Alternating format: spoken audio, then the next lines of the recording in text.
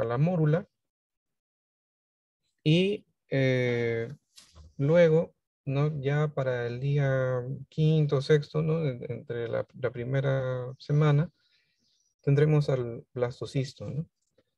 Este blastocisto finalmente va a implantarse, ¿no? A nivel uterino, justamente en esa semana, al finalizar esa semana, ¿no? Entre el sexto y el décimo día aproximadamente, ¿no? Entonces, en promedio, en la primera semana, ¿no?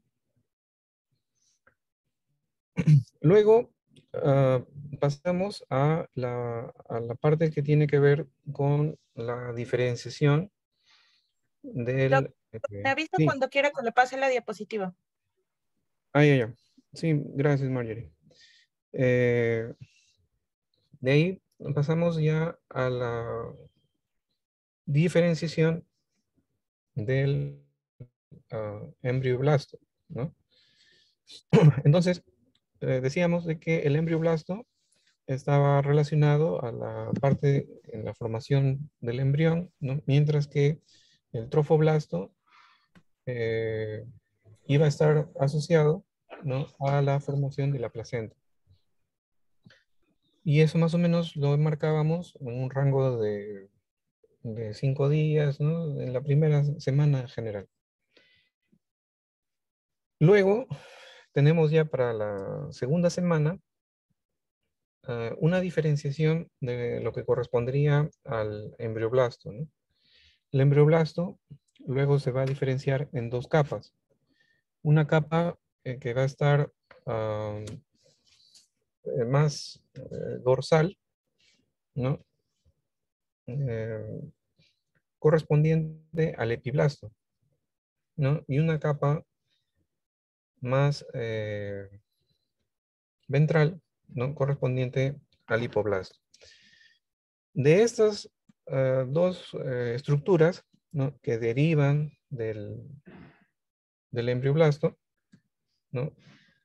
Corresponderá una estructura que se considera, ¿no? Un disco bilaminar, ¿no? Entonces, pasamos a la siguiente, por favor.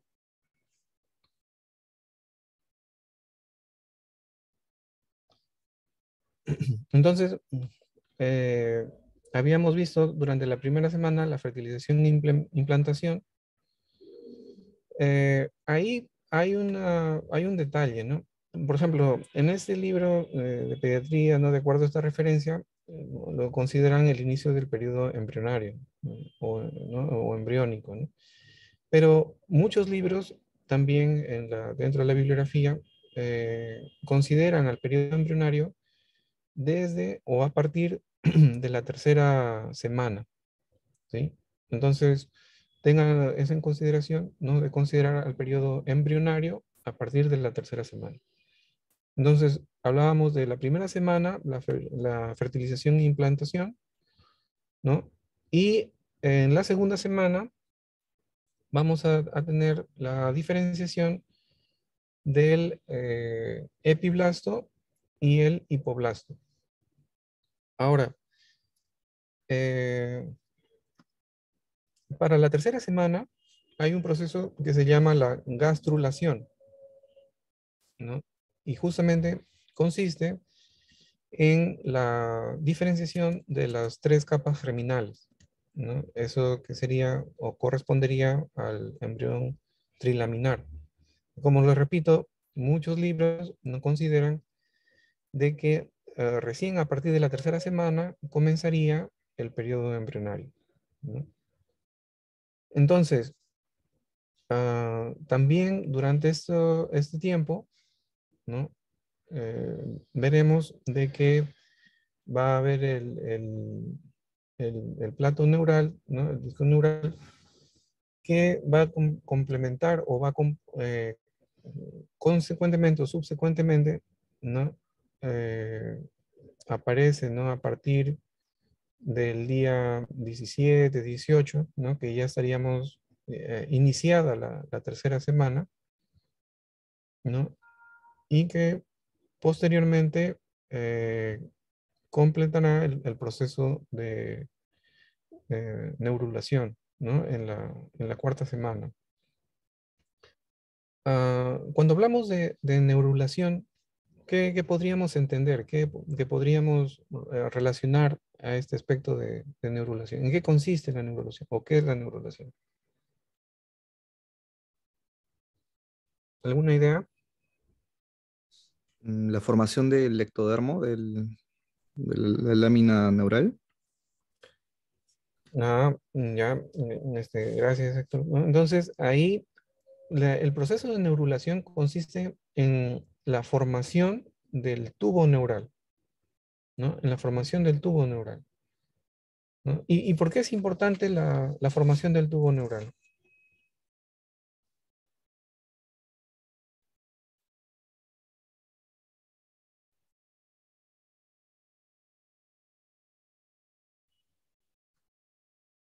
¿O qué formaría esta estructura del tubo neural?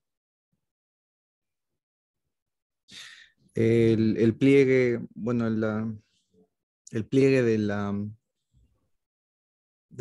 la trilámina, ¿no?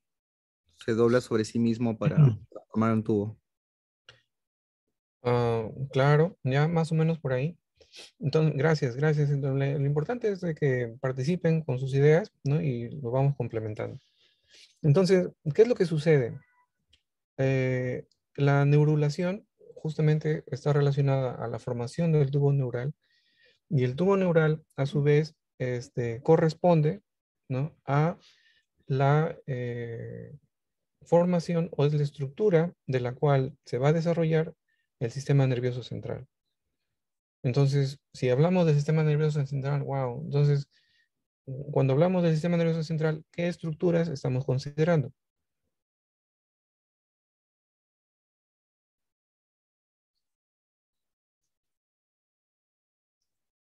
Ustedes escuchan sistema nervioso central. Ya, correcto. Entonces, ¿qué estructuras consideraríamos? El cerebro y la médula espinal.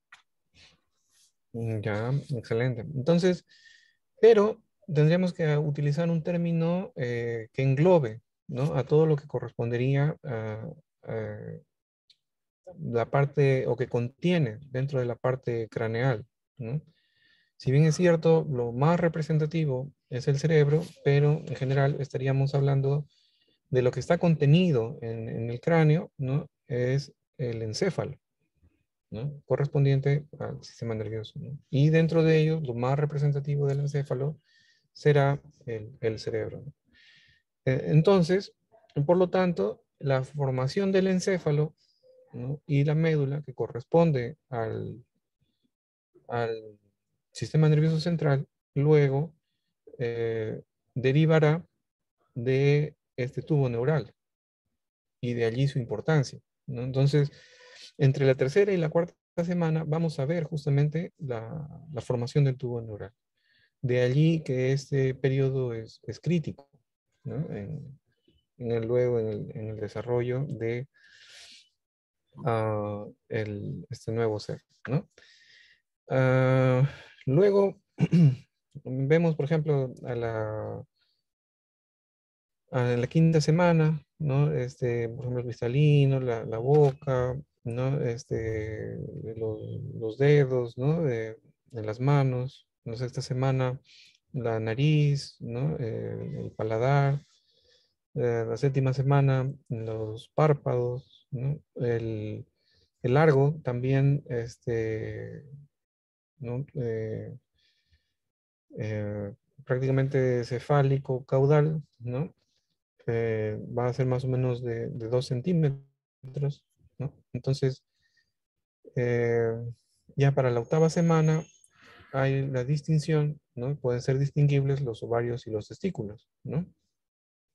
Entonces, otro punto importante, ¿no? De entre la cuarta y la octava semana es de que es un periodo de tiempo en el cual eh, vamos a tener la mayor posibilidad o la mayor susceptibilidad a afectos teratogénicos, ¿no?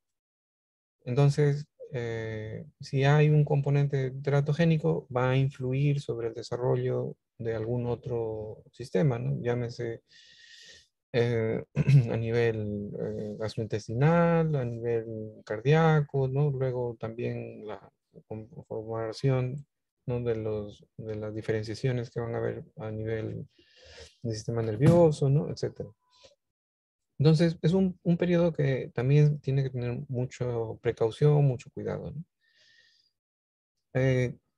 Y al mismo tiempo, estaría finalizando el periodo embrionario, ¿no? A partir de la su novena semana, ya comienza el periodo fetal. Entonces, para la decimosegunda semana, tendremos los genitales externos distinguibles, ¿no? La 20ª semana, semana 20, ¿no? Ya estamos pasando, ¿no? El tiempo de los aspectos que tienen que ver con la viabilidad del producto, ¿no? A la 25ª o las 25 semanas, ¿no? Ya comenzaría el tercer trimestre. A la 27, ¿no? Ya estaría a término, ¿no? Comenzaría el periodo de término. A la 28 ya estaría abriendo los ojos, ¿no? Eh, no, esa sería la 37, ¿no? Perdón, comenzaría el tercer trimestre. A la semana 28 se abren los ojos, ¿no? Es pretérmino hasta las 36 semanas, ¿no? Por superior a las 37 semanas, no sé, 37 más, ya estaría a término, ¿no? Y que idealmente va a ser el parto entre la semana 39 y 40, ¿no?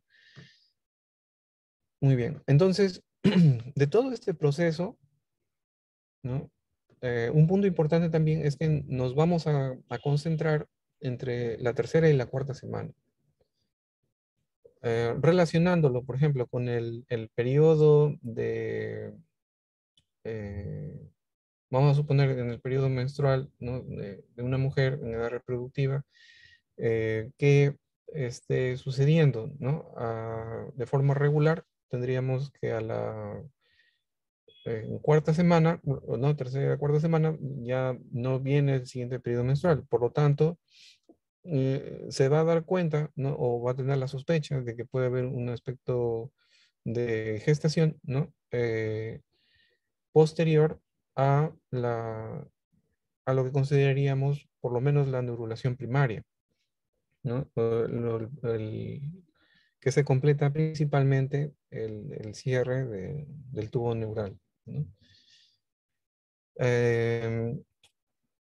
Hay pruebas, ¿no? que son altamente sensibles para la gonadotropina coriónica humana, ¿no? Que pueden detectar, por ejemplo, estos incrementos de la gonadotropina coriónica humana a partir de la segunda semana, ¿no?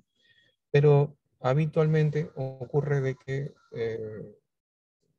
se suele, ¿no? dar con mayor frecuencia de que se sospecha de estos episodios cuando no viene el siguiente régimen menstrual. Entonces, eso hay que tenerlo en consideración. Muy bien, la siguiente, por favor.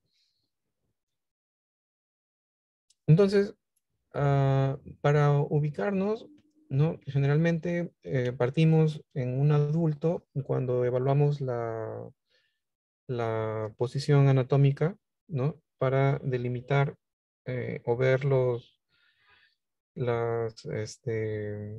relaciones que podemos identificar, ¿no? Sin embargo, cuando, cuando hablamos, ¿no? Esta terminología a veces puede ser un tanto variable, ¿no? En algunas descripciones.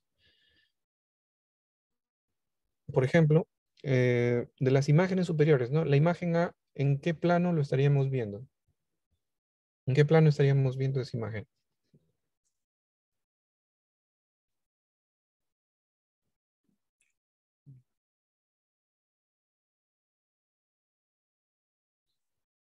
A ver, para todos. La imagen A, en qué plano lo estaríamos viendo? Lateral, doctor. Lateral izquierdo. Lateral, ¿no? Lateral izquierdo. Estamos viendo, ¿no? Una denominación, ¿no? Para ese plano lateral lo consideraríamos también sagital, ¿no? Una vista sagital.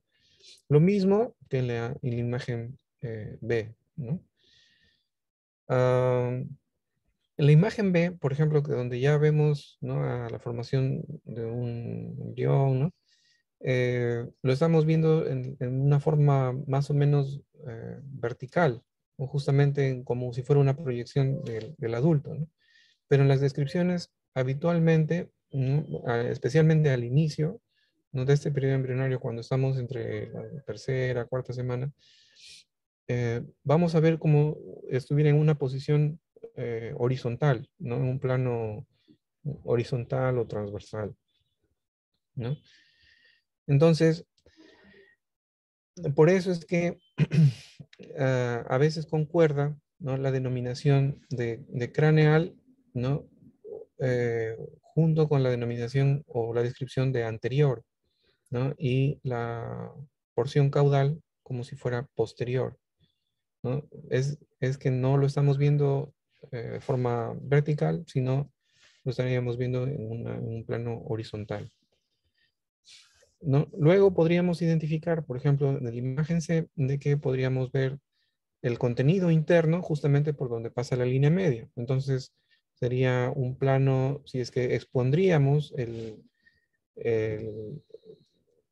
las estructuras, ¿no?, que se encuentran a ese plano medial, ¿no? Entonces tendríamos, por ejemplo, una vista o un plano sagital medial, ¿no? Mientras que en la imagen A estaríamos viendo un plano sagital lateral, porque estamos viendo la parte del costado, por decir más externa.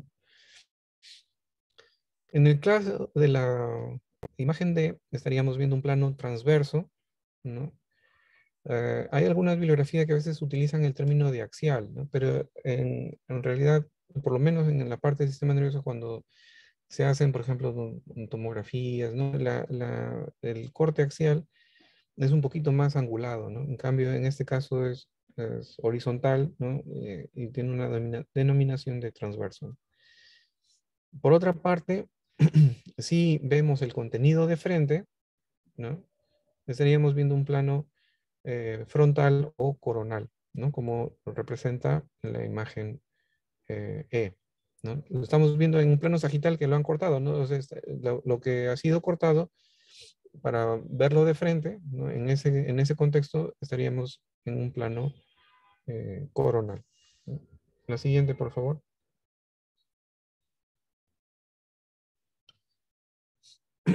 Entonces, hablábamos de el proceso de neurulación. Entonces, hablábamos de que en el proceso de neurulación, que principalmente nos referiremos a la neurulación primaria, será la formación del tubo neural como estructura muy importante, ¿no?, para la formación del sistema nervioso central, es decir, del encéfalo y la médula espinal. Entonces, hablábamos de que para la tercera semana se iba a producir la gastrulación, ¿no? Héctor nos mencionaba este aspecto trilaminar. Y efectivamente, son 3 capas germinales, ¿no? La más externa sería el ectodermo, ¿no? La parte más externa sería el ectodermo.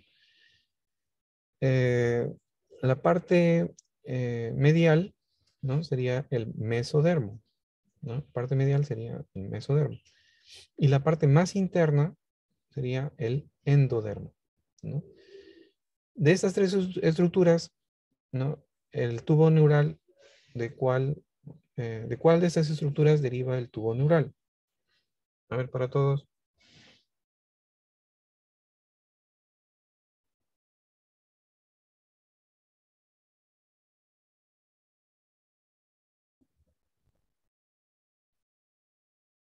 ¿De cuál de las capas germinales deriva el tubo neural?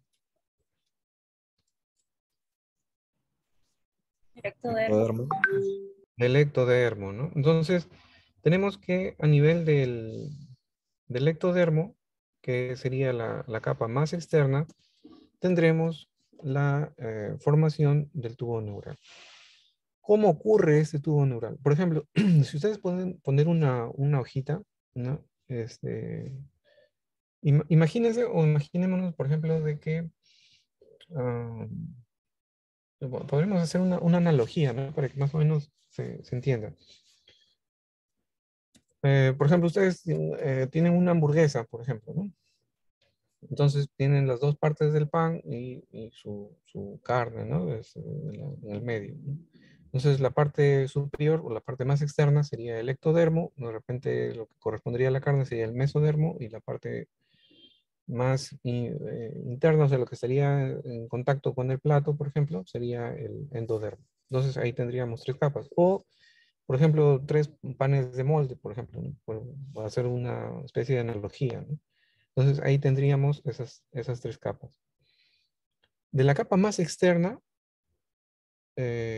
luego, por ejemplo, si no son tres panes de molde, podríamos tener tres hojas, ¿no? Una encima de otra.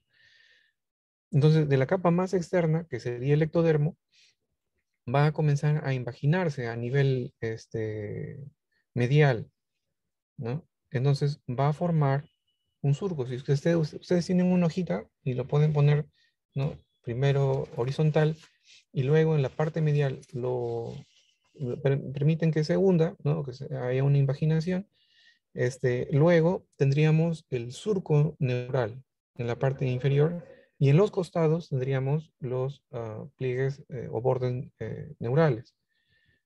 Entonces, lo primero es de que se va a formar, ¿no? De este disco embrionario va a haber una diferenciación y la formación del disco neural, ¿no? Del plato neural, y este plato neural se va a invaginar, va a formar el surco neural con los pliegues, ¿no? Que serían los pliegues neurales, y estos pliegues neurales a su vez se van a ir cerrando, se van a ir cerrando. Entonces, ustedes con su hojita lo van flexionando, flexionando, ¿no? Dando una forma cilíndrica, ¿no? Como si fuera un tubo, y luego los bordes van a tener contacto, ¿no?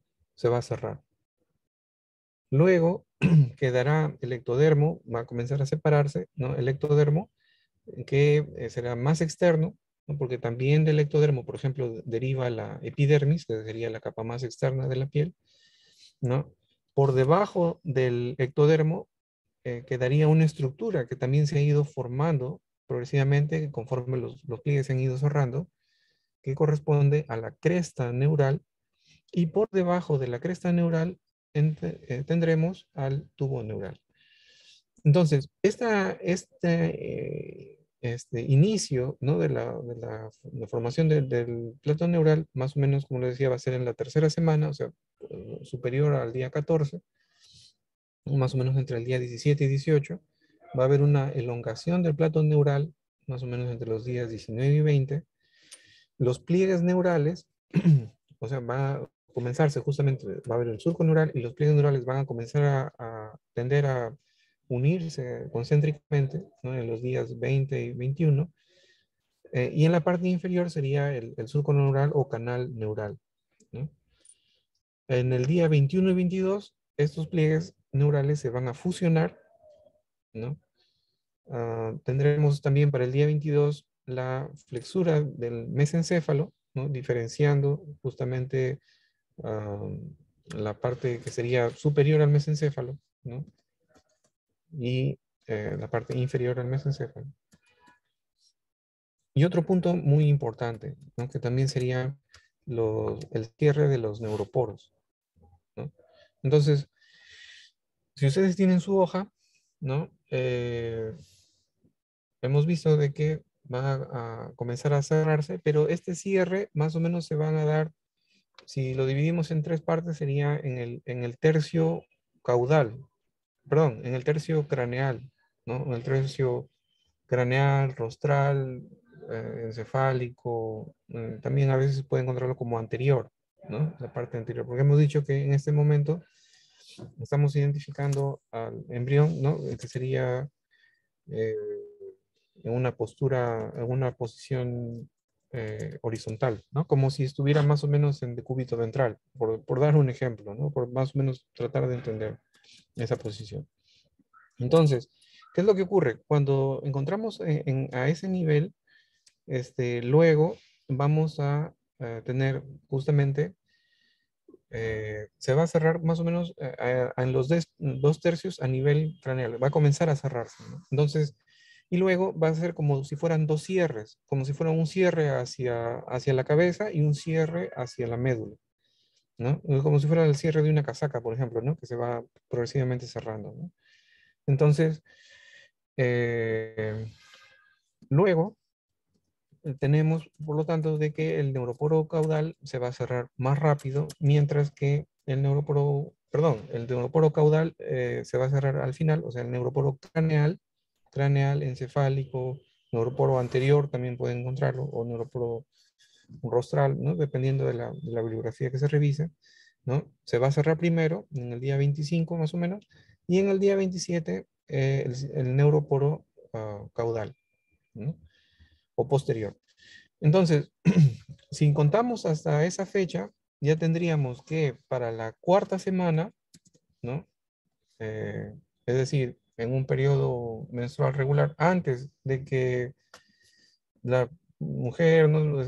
se dé cuenta, ¿no? De que no ha venido su menstruación, probablemente ya habremos completado el proceso o el procedimiento de formación del tubo neural que constituye eh, justamente el cierre de estos neuróporos, ¿no? Entonces, eso también es muy importante, ¿no? Justamente ustedes como médicos, ¿no? Como personal de orientación, también no solamente entender el aspecto de la formación inicial, sino en su aplicación práctica también en los aspectos de consejería, ¿no? De orientación sobre medidas de prevención, ¿no? Y también de planificación, etcétera, ¿no? Muy bien. La siguiente, por favor. La anterior, anterior. ¿No? Entonces, aquí, por ejemplo, en las imágenes A y B, A y C, tenemos una vista dorsal en el sentido de que estaríamos viendo una vista superior. Es como si estuviéramos mirando de arriba hacia abajo, ¿no? Entonces, lo que veríamos. Entonces, ahí vamos a encontrar al plato neural, ¿no? Y luego va a haber una extensión de este plato neural y sobre eso es de la imagen A, en la imagen C, ¿no? Vamos a ver una extensión, ¿no? De ese plato neural y la formación del tubo neural. Estamos viendo en ese momento que hay una abertura, ¿no? En la parte tanto anterior o craneal o rostral o cefálica, ¿no? Como también a nivel caudal, ¿no? O posterior en ese caso, ¿no? Entonces, tenemos allí los neuroporos anterior y posterior. Si lo vemos desde una perspectiva, eh, un cross section, que le dicen, ¿no? Es una cruzada, ¿no? Que sería más o menos o sea, está cruzado, pero como está en horizontal, prácticamente sería una vista coronal, ¿no? Lo que observamos en la imagen B, ¿no? Vemos los otros componentes, ¿no? Como el amnio, estaríamos viendo también en amarillo, por ejemplo, el saco vitelino, ¿no? Pero si nos concentramos en la parte central, ¿no? En la parte del medio, estamos viendo, por ejemplo, de que identificamos otra estructura que es del mesodermo, que es mesenquimal, que correspondería a la notocorda. Y que de la notocorda también va a servir como una guía, ¿no? Sí, a ese nivel, ¿no? Abajo también lo pueden ver en la imagen D, no sé si lo puedo señalar, sí, ¿no? Entonces, a ese nivel, ¿no? Una guía para mantener una distribución lineal, ¿no? En relación a los factores, ¿no? De estimulación para también el desarrollo de el surco neural. Y a los costados, ¿no? A los costados encontraremos también otra estructura del mesodermo, ¿no?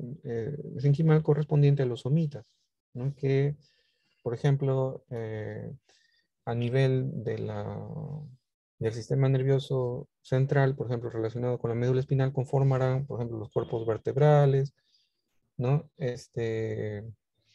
La parte ósea, muscular, ¿no? Alrededor. Ahora, en su evolución, la notocorda, ya por ejemplo, en una estructura adulta, corresponderá al núcleo pulposo, ¿no? Que vamos a encontrar a nivel intervertebral, ¿no? Muy bien. Entonces, si bajamos, si puede bajar un poquito para la imagen que está un poquito más abajo. Ahí está, ¿no? Entonces, vemos allí en la parte más externa, o en todo caso que sería la más superior, ¿no? Que se ve ahí, está el ectodermo, ¿no? Que decíamos formaba, eh, por ejemplo, va a formar luego otras estructuras, ¿no? Como la epidermis, ¿no? Pero debajo de este ectodermo, o la superficie de este ectodermo, ya ha formado el tubo neural. Entre el ectodermo y el tubo neural vamos a encontrar la cresta neural, ¿no? La cresta neural. Y esta cresta neural también es importante porque va a estar en relación a la formación del sistema nervioso periférico, ¿no? Entonces, mientras que cuando hablamos del tubo neural estaremos hablando del sistema nervioso central, eh, cuando hablamos de la cresta neural nos referiremos al sistema nervioso periférico. Muy bien. La siguiente, por favor.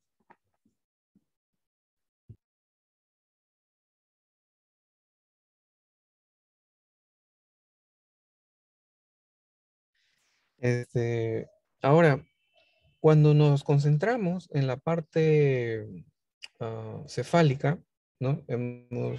Ya pasó el proceso de gastrulación, es decir, se formaron las 3 capas germinales. Luego tendremos la neurulación, que es la formación del tubo neural, ¿no? Tendremos a nivel craneal o a nivel encefálico o a nivel rostral o en lo que correspondía antes de que se cierre, ¿no? Al neurobordo anterior, la vesiculación, ¿no? Que consiste en la diferenciación, ¿no? De lo que mencionábamos correspondía al encéfalo. Entonces, si bien es cierto, a veces nosotros generalmente tendemos a decir, o bueno, en algunas personas, ¿no? Hay la tendencia a mencionar el aspecto de del cerebro, ¿no? Pero recordamos de que lo que contiene el cráneo, ¿no? Es el encéfalo. Entonces, de ello se van a derivar 3 vesículas primarias, ¿no? Entonces, vamos a tener en la parte más craneal, ¿no? Al prosencéfalo, ¿no? En la parte intermedia al mesencéfalo, ¿no? Y en la parte más caudal del encéfalo al rombencéfalo, ¿no? Entonces, luego el mesencéfalo va a seguir igualito hasta la edad adulta, ¿no? En inglés se utiliza, por ejemplo, el término de midbrain, ¿no? Pero en español habitualmente nosotros no le decimos cerebro medio, habitualmente se describe como mesencéfalo, ¿no? Incluso en el adulto, ¿no? Ahora, luego estas vesículas primarias se van a dividir en 5 vesículas secundarias. Por lo tanto, los que se van a dividir serán el prosencéfalo y el rombencéfalo, ¿no? Cuando hablamos de telencéfalo, cuando usamos el término tele, ¿a qué nos referimos? ¿A qué nos podríamos entender con respecto al término tele? ¿Qué opinan ustedes? ¿Qué consideran?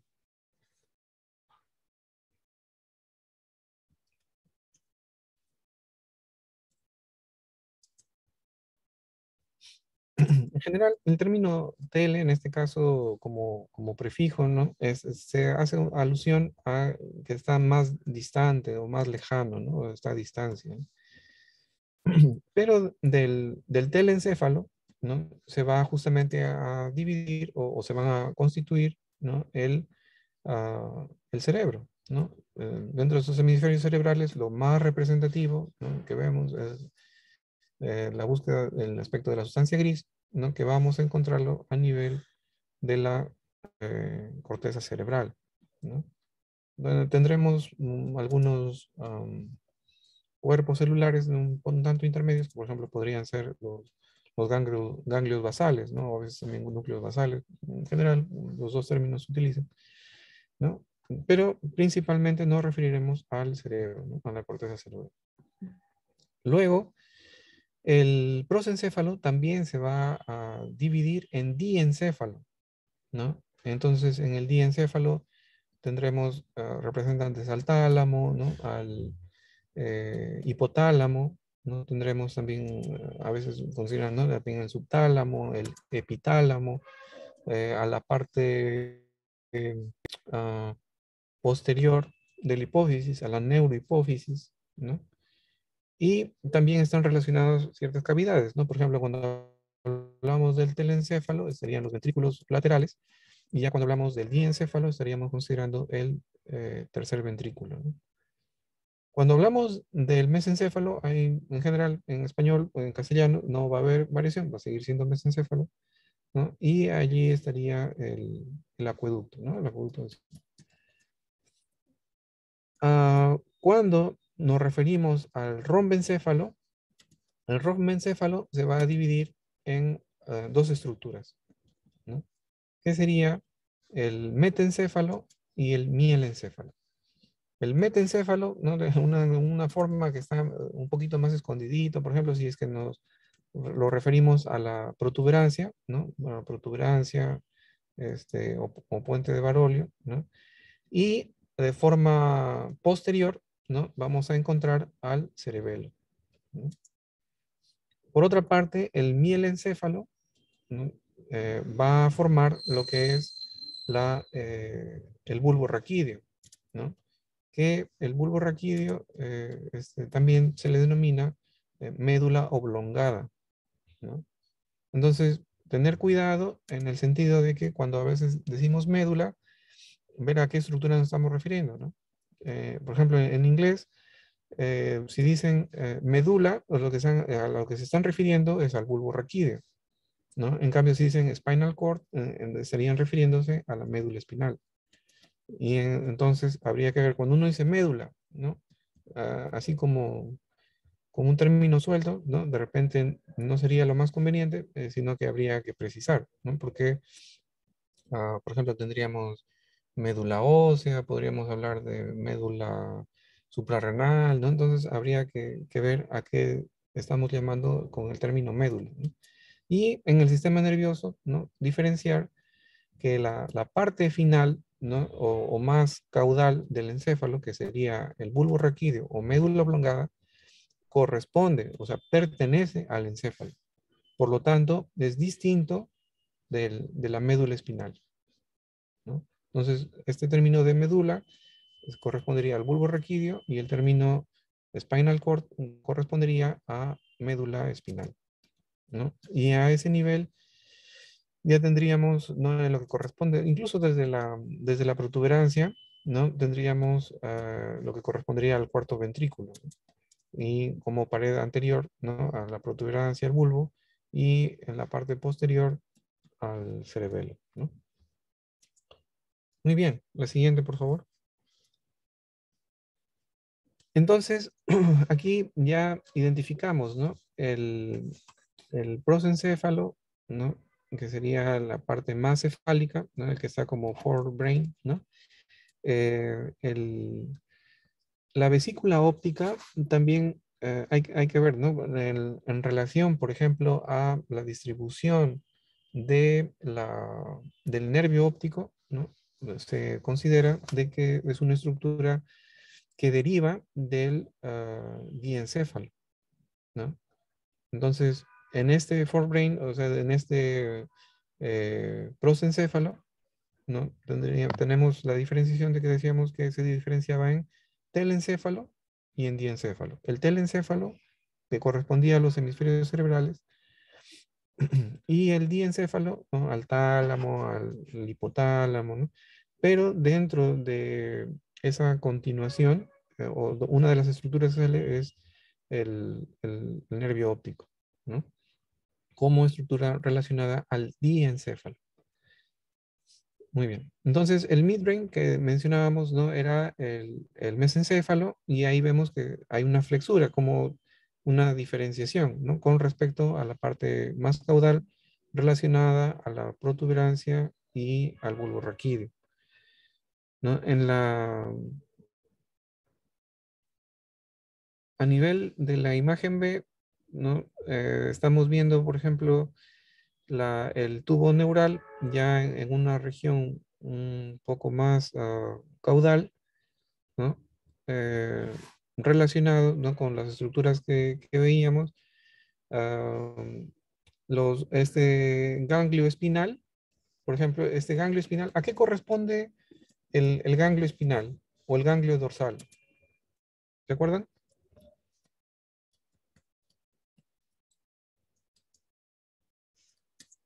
A nivel de la médula, por ejemplo. ¿A qué cosa corresponde el ganglio dorsal? O ganglio espinal, como está escrito ahí.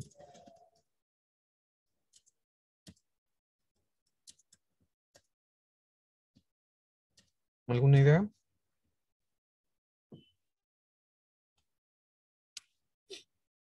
Mencionábamos, por ejemplo, de que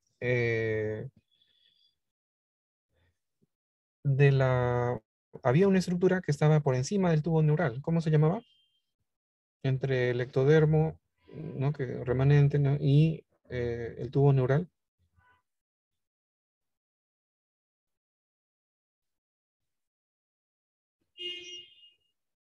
¿Se acuerdan?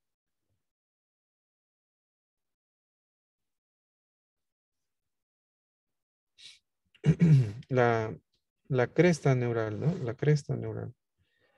Entonces, de la cresta neural nos referíamos, iba a estar relacionado al sistema nervioso periférico, ¿no? Entonces, del sistema nervioso periférico, cuando nosotros vemos la vía, por ejemplo, la vía espinotalámica, ¿no? O la vía de los cordones posteriores, por ejemplo, ¿no? Tenemos tres neuronas sensitivas.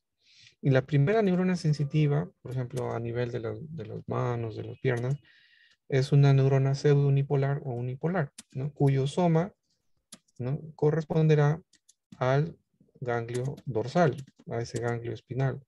Entonces, este soma, de este ganglio espinal que correspondería a parte del sistema nervioso periférico, por lo tanto, será un derivado de la cresta neural, ¿no? Entonces, mientras nosotros ubicamos, ¿no? Ya en una porción más caudal a la médula espinal, derivado del tubo neural, el soma, ¿no? De la primera neurona sensitiva, que en su conjunto sería el ganglio dorsal, o acá como le ponen el ganglio de la médula espinal, entonces estaría en relación a la cresta neural.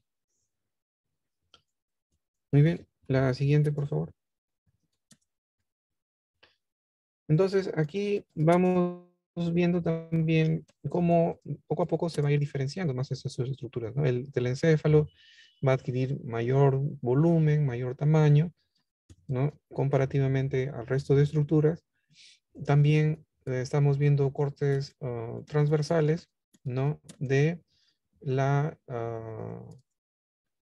mesencéfalo, ¿no? Por ejemplo, vemos el origen de los colículos, ¿no? La sustancia negra, por ejemplo, a nivel mesencefálico, ¿no? Y también los, la cruz cerebri, que van a ser los pedúnculos cerebrales, también correspondientes a la parte anterior, por ejemplo, del mesencéfalo, ¿no? Cuando ya hay una mayor diferenciación, ¿no? Vamos viendo los aspectos, ¿no? De los pedúnculos cerebrales, incluso de algunos procesos de decusación cerebelar, ¿no? La sustancia negra, ¿no? Y los aspectos, los nervios craneales o los parales craneales relacionados al mesencéfalo, ¿no? Como son eh, el nervio oculomotor común, ¿no? Y el nervio troclear, ¿no? Que ahí se está identificando, ¿no?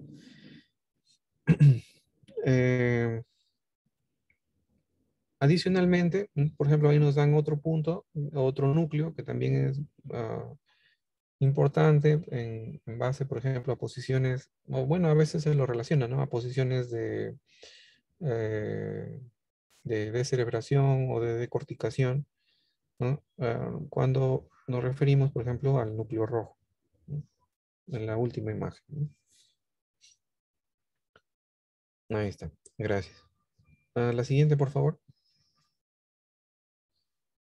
Muy bien, entonces vemos la importancia, ¿no? Que tiene justamente en la flexura, ¿no? Del mesencéfalo, especialmente para diferenciar lo del desarrollo a nivel del prosencéfalo y diencéfalo en comparación con el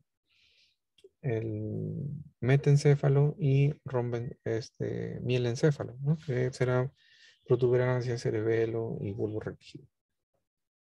La siguiente, por favor.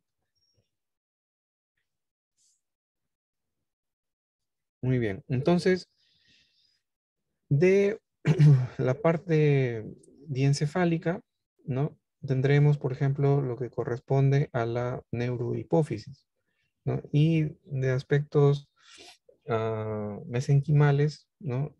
Orales, ¿no? De la boca, en su derivación, ¿no? Corresponderá a la parte anterior, que sería la adenohipófisis, ¿no?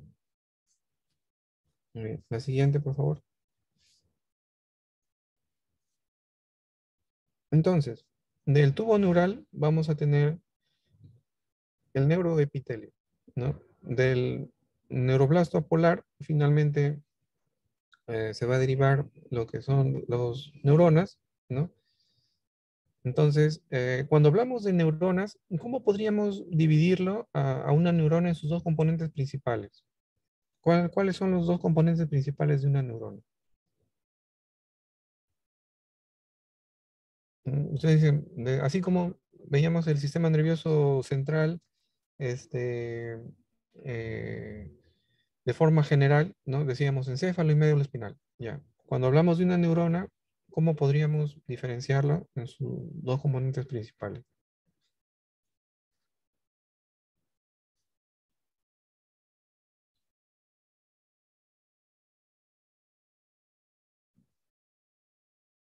¿Alguna idea?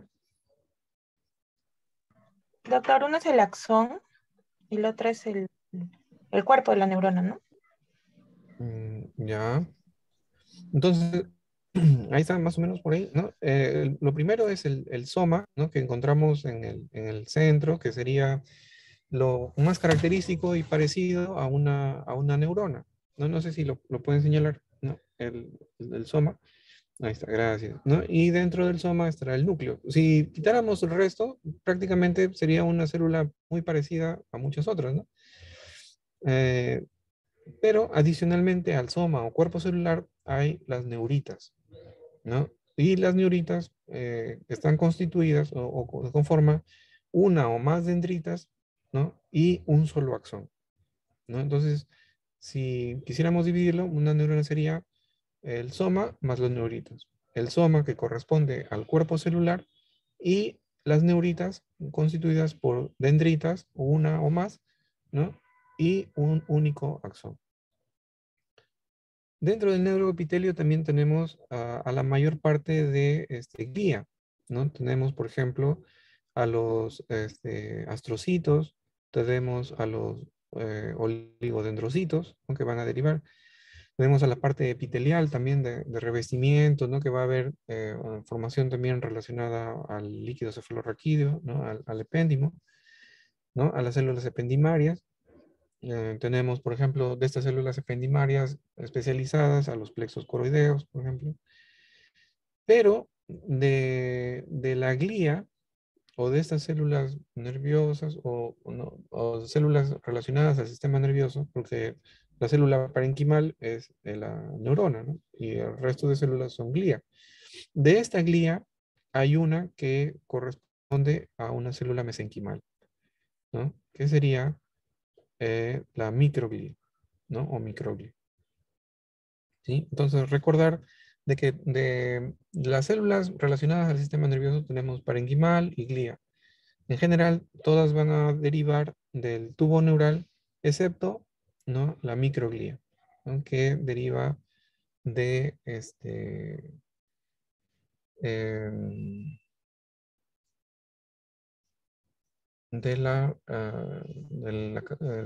la parte mesenquimal, ¿no?, que sería el mesodermo. Dicho sea de paso, si recordamos la microglía es un leucocito o monocito especializado, ¿no?, en el sistema nervioso. Por lo tanto, sería parte de un tejido eh, conjuntivo especializado, ¿no? Conectivo conjuntivo especializado, que sería en la sangre de las células formes, ¿no?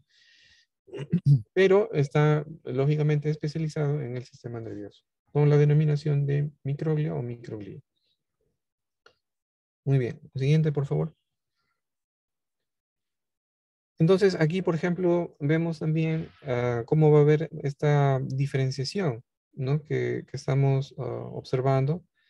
En primer lugar, podemos hablar de la cresta neural, ¿no?, donde la cresta neural se va a diferenciar en la primera neurona sensitiva, ¿no?, que sería el ganglio dorsal, o como dice ahí, ganglio de la médula espinal, o el ganglio espinal, ¿no? Entonces, que sería la primera neurona sensitiva, que se describe como una neurona unipolar o pseudounipolar, ¿no? Entonces, eso sería tanto para la vía espinotalámica como para la vía de los cordones posteriores, ¿no? Ahora, esta información, lógicamente, llega a la región dorsal de la médula espinal, ¿no? Ahí, por ejemplo, todavía estamos viendo una formación, por ejemplo, de las astas posteriores, las astas anteriores, ¿no? Y la región ependimal, ¿no? Porque hay un canal central, que ese canal ahí se ve grande, ¿no? Pero ya en el adulto es bastante pequeño, por lo menos también dentro del esquema, ¿no? Queda prácticamente como un circulito pequeño en el centro, ¿no? Ah, ahí está, ¿no? Eso se va reduciendo conforme se va desarrollando, va madurando, ¿no? De ahí tendríamos, justamente esto viene de la médula espinal, estamos hablando del tubo neural. Otros aspectos nerviosos relacionados, por ejemplo, con la cresta neural. Tenemos del tronco simpático, ¿no? Toda la inervación simpática también deriva de de la componente neural de la cresta neural. Sin embargo, tenemos otras células, ¿no?, que también van a derivar de la cresta neural. Por ejemplo, los melanocitos, ¿no?, justamente los que dan pigmentación a la piel, ¿no?, van a derivar de la cresta neural. Si hablamos, por ejemplo, de la glándulas suprarrenal, a nivel de la médula suprarrenal, tenemos las células cromafines, ¿no? Y las células cromafines están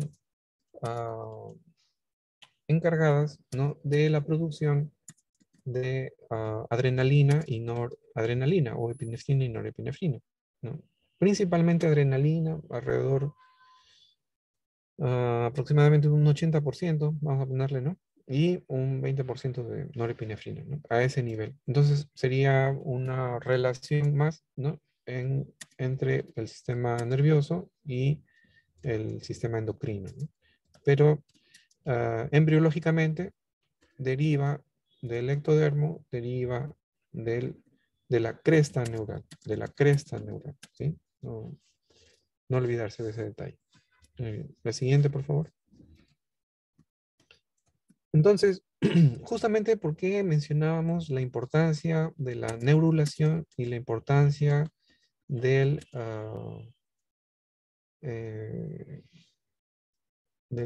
o sea, de la formación del tubo neural.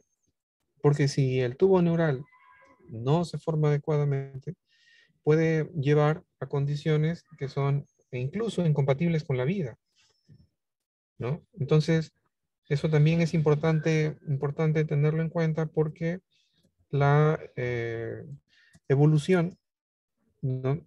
Justamente hablábamos, ¿en qué día se cerraba el neuroporo, anterior?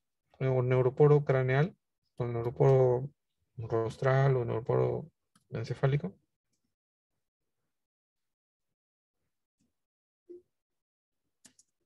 ¿Recuerdan? A ver, para todos, lo hemos mencionado hace un ratito.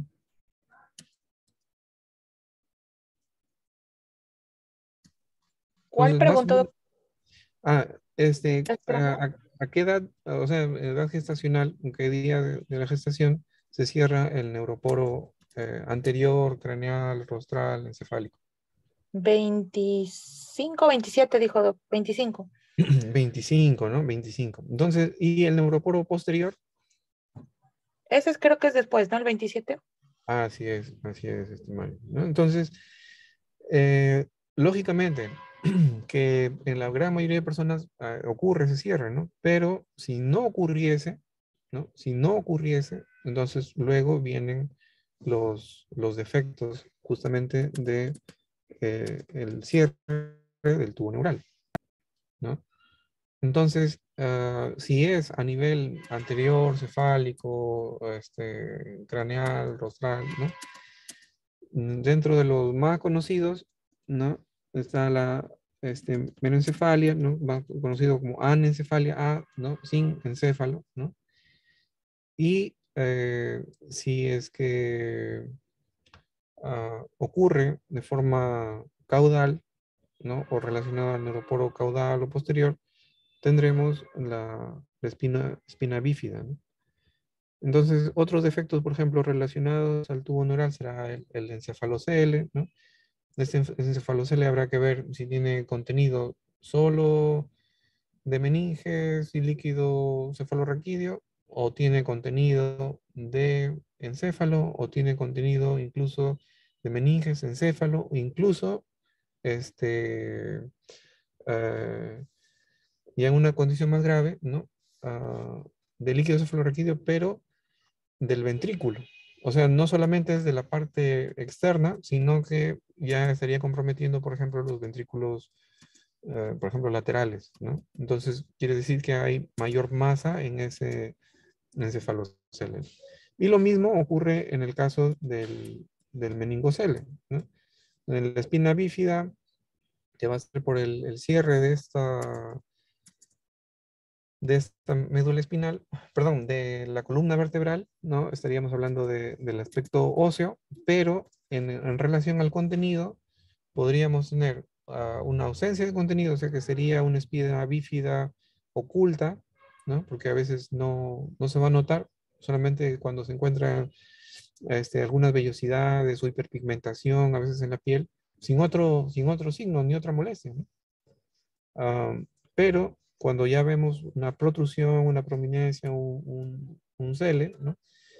Entonces habría que ver si este contenido eh, tiene, por ejemplo, contenido medular, o mejor dicho, contenido solamente de líquido cefalorraquídeo, o contenido medular. O incluso hasta puede estar una apertura, así como en el caso de la anencefalia, que hay una apertura en exposición directa, o sea, no hay cráneo, no hay piel, puede también en un grado severo estar expuesto en la médula espinal, lo cual también sería incompatible con la vida, ¿no? Por la rápida contaminación, exposición del sistema nervioso, ¿no? El siguiente, por favor. Entonces aquí vemos, por ejemplo, estas variaciones, ¿no? En la imagen A tenemos la espina bífida oculta, ¿no? Salvo por estas vellosidades, ¿no? De coloración. Es en una vista, un plano transversal, ¿no? Vemos que este, no hay despliegue de la dura madre, ¿no? En cambio, en el B, vemos que hay una protrusión, hay un cele, ¿no? Una tumoración, un componente, ¿no? Acuoso en este caso, pero solamente de las meninges y del líquido cefalorraquídeo. ¿no? Que sería el meningocele, ¿no? En cambio, en la imagen de abajo, en la izquierda, ¿no? Tenemos contenido eh, de las meninges, del líquido cefalorraquídeo y de la médula espinal. Entonces, eso será un mielo meningocele, ¿no? Pero finalmente está cerrado, ¿no? Sin embargo, en la imagen inferior de la derecha, ¿no? Lo que observamos es que hay una exposición de la médula espinal, ¿no? Entonces, eh, esta, este, esa exposición sería la mieloquisis, ¿no? O sea, una exposición de la apertura, ¿no? Eh, de la médula espinal. Ya en una condición, por ejemplo, donde hay una apertura no solo del encéfalo, o mejor dicho, del encéfalo más la médula o la parte ósea, ¿no? Sería un encéfalo raquisquisis, ¿no? También podría haber una continuación del encéfalo hasta la continuación sería cervical, ¿no? Lo correspondiente a la columna cervical.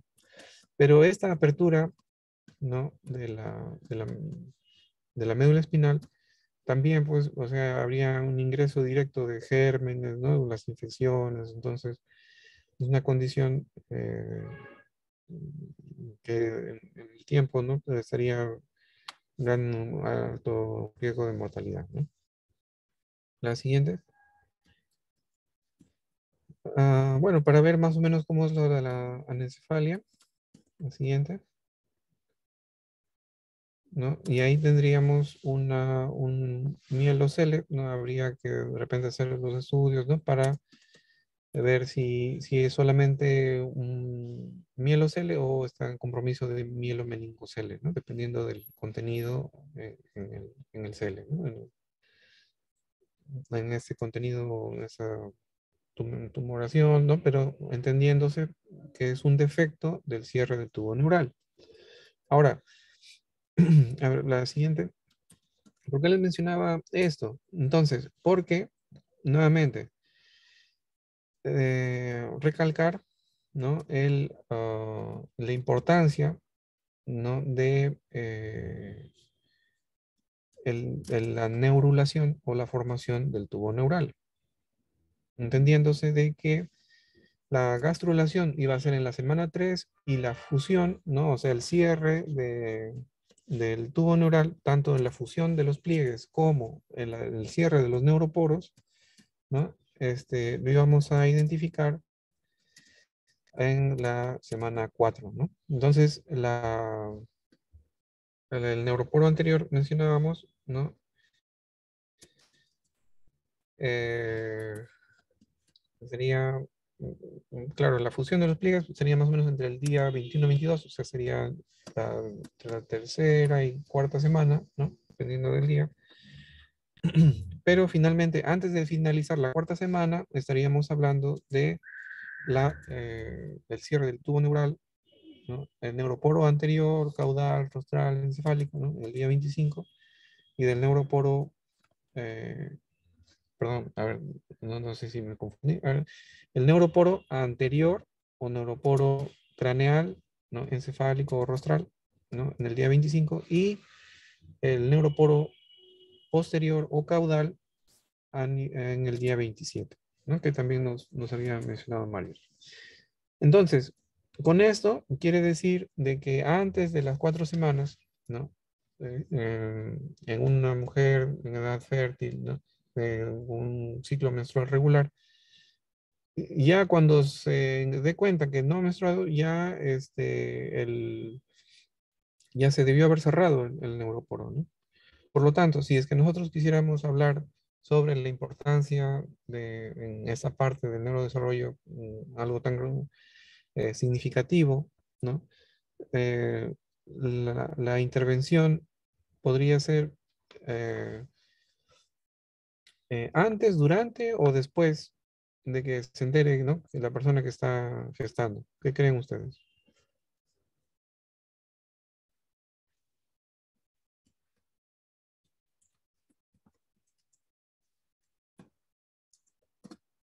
¿Qué creen ustedes? ¿Y cómo podríamos reducir, ¿no?, el riesgo de malformaciones o de procesos o de deficiencias relacionadas al tubo neural? Antes, doctor, las intervenciones se supone que deberían ser antes. Claro, ¿no? Antes tendría que ser. Y en ese sentido, por ejemplo, eh, una de las intervenciones profilácticas más importantes es un buen nivel de ácido fólico, ¿no? Porque el ácido fólico va a participar, por ejemplo, en aspectos relacionados al ADN, ¿no? Entonces, se requiere un buen nivel de ácido fólico, ¿no? Lo vamos a encontrar, por ejemplo, en legumbres, ¿no? En vegetales de hoja verde, ¿no? Entonces, esta es una recomendación, como dice, hasta cierto punto sencilla, pero que tiene un profundo impacto, ¿no?, en reducir el riesgo de problemas de cierre del tubo neural. También hay en tabletas, ¿no? A veces, por ejemplo, más o menos son 400 unidades internacionales, más o menos son como 4 miligramos, ¿no? Aproximadamente, ¿no? De 4 a 8 miligramos diarios, ¿no? Entonces, ya sea que sea a través de un comprimido, ¿no?, o en un buen aporte en la dieta, ¿no? Esa es una recomendación que debe estar, tomarse en cuenta, ¿no?, en toda mujer en edad fértil, ¿no? Ahora, adicionalmente a eso, ¿no?, también ver justamente lo del periodo embrionario, ¿no?, de que de la cuarta a la octava semana, en el sentido de que, por ejemplo, el consumo de alcohol, tabaco y todos esos productos, ¿no?, pueden tener efectos teratogénicos, ¿no?, en diferentes sistemas. Entonces, eso también entenderlo porque una vez enterado eso, igual tiene que haber un cuidado, ¿no? Y en eso también podemos hacer las recomendaciones correspondientes, ¿no? Entonces, es importante tener las en cuenta, ¿no?, el desarrollo embrionario, el periodo embrionario, porque nos va a orientar, ¿no?, o nos da la justificación estructural, no científica, de por qué a veces tomamos una u otra indicación y las recomendaciones eh, correspondientes.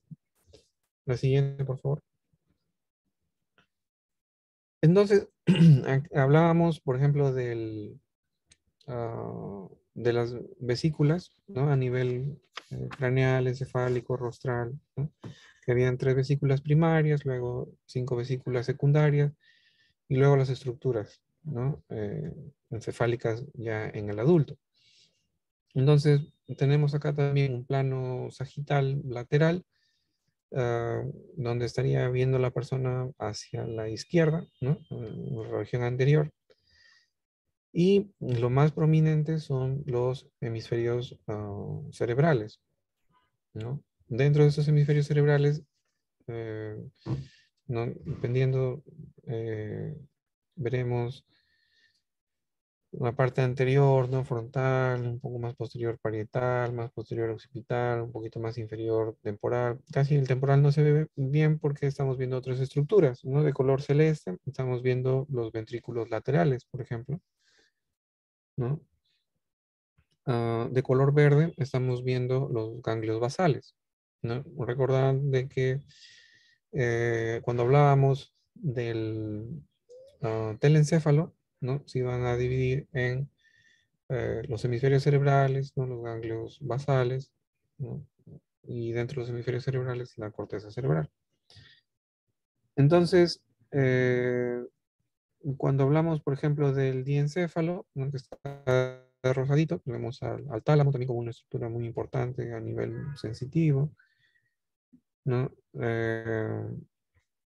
Y eh, por debajo del tálamo, por debajo del putamen, ¿no?, vemos al mesencéfalo, ¿no?, que está como MD, como midbrain, ¿no?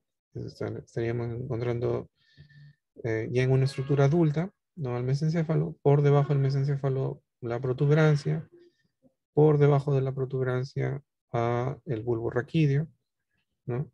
Por detrás de la protuberancia y el bulbo raquídeo, el cuarto ventrículo, y por detrás de esas estructuras, el cerebelo, ¿no? Que sería una estructura más dorsal, ¿no? Dorsal o posterior. Siguiente, por favor.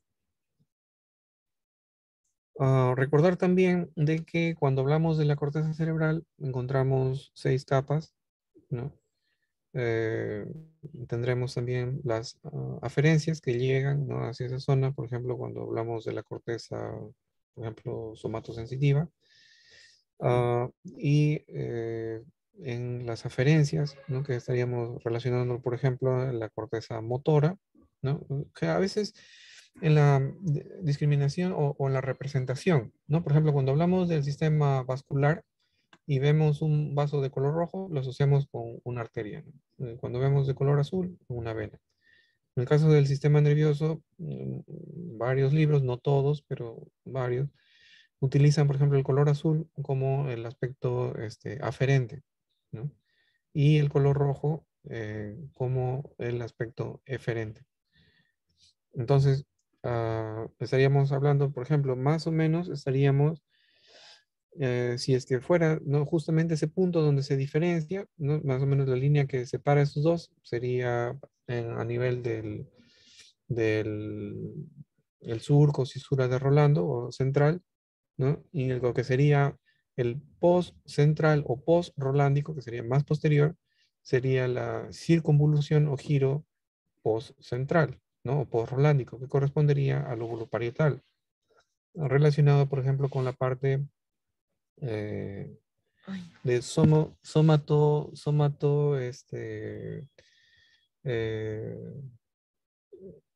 somatosensibilidad, ¿no? Somatosensitivo, que está referido principalmente al aspecto del tacto. Mientras que la de color rojo estaría representado por el giro o circunvolución precentral o prerolándica, ¿no? Que correspondería, ¿lo podría señalar, por favor? El de color rojo. ¿No? Entonces, más o menos sería, si pueden señalarlo con su flechita, ahí está, ¿no? Entonces sería la corteza, sería un corte más o menos sagital, por decirlo así, en una microestructura, ¿no? Que solamente estaríamos viendo la corteza cerebral del, del giro o circunvolución precentral o prerolándica en el lóbulo frontal, ¿no? Me correspondería, por ejemplo, al área 4 de Brodmann, no, la motora, y la sensitiva, que sería el azul, a las áreas 3, 1, 2 de Brodmann, ¿no? Si fuera la corteza somatosensitiva. Lo interesante, por ejemplo, es de que tenemos capas piramidales, ¿no? Pero la quinta capa, ¿no? De la corteza cerebral tiene las células piramidales gigantes, ¿no? ¿Se acuerdan cómo se llamaban esas células piramidales gigantes? ¿Eran las de Betz?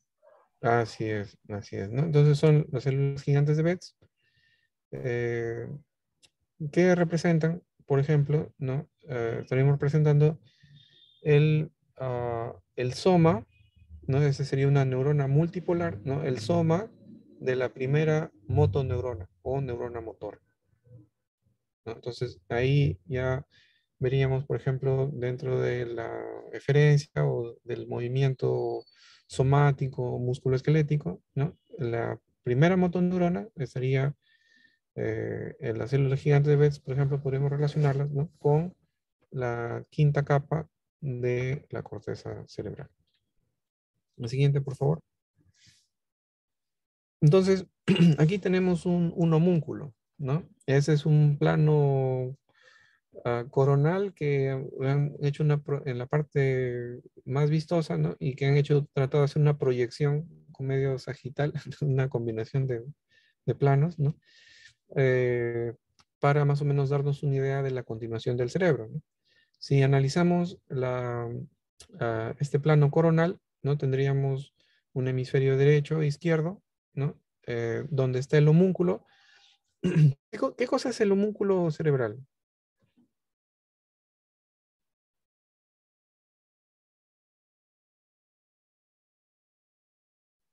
A ver, para todos, ¿qué es el homúnculo cerebral?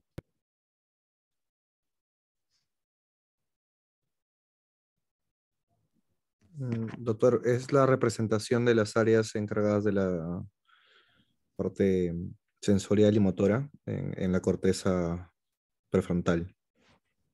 Mm, Y bueno, bien, la corteza prefrontal sería, o sea, la región prefrontal en general, o corteza prefrontal, es la parte más anterior del lóbulo frontal, ¿no? En todo caso, como les decía, el término sería precentral, ¿no? Que es un poquito más posterior. O sea, la parte más anterior del lóbulo frontal se le conoce como prefrontal, ¿no? Es más, vamos a ir a ver aspectos conductuales, ¿no? Que llegan, por ejemplo, relacionados, por ejemplo, los circuitos eh, de reforzamiento, ¿no? A los circuitos que tienen que ver, por ejemplo, con el uso de drogas, por ejemplo, si queremos llevarlo al lado patológico, ¿no? Pero con el área de planificación, de interacción, ¿no? Es la parte más anterior. En cambio, esta parte es, como decir, la parte más posterior del lóbulo frontal, que sería, pero es en el giro precentral o prerolándico, ¿no? Es antes del surco central o surco de Rolando. ¿Por qué? Porque pasando ese surco, ¿no? Comienza el lóbulo parietal, ¿no? Que era justamente lo que representábamos en la imagen anterior. Entonces, homúnculo significa hombre pequeño, ¿no? Pero efectivamente, como mencionaba Héctor, ¿no? Es la representación de la corteza, y esa representación lógicamente difiere de cómo es una persona, ¿no? Acá vemos que la mano es más grande casi que toda la extremidad inferior, ¿no? Igual la cara es más grande que todo el tronco, por ejemplo, ¿no?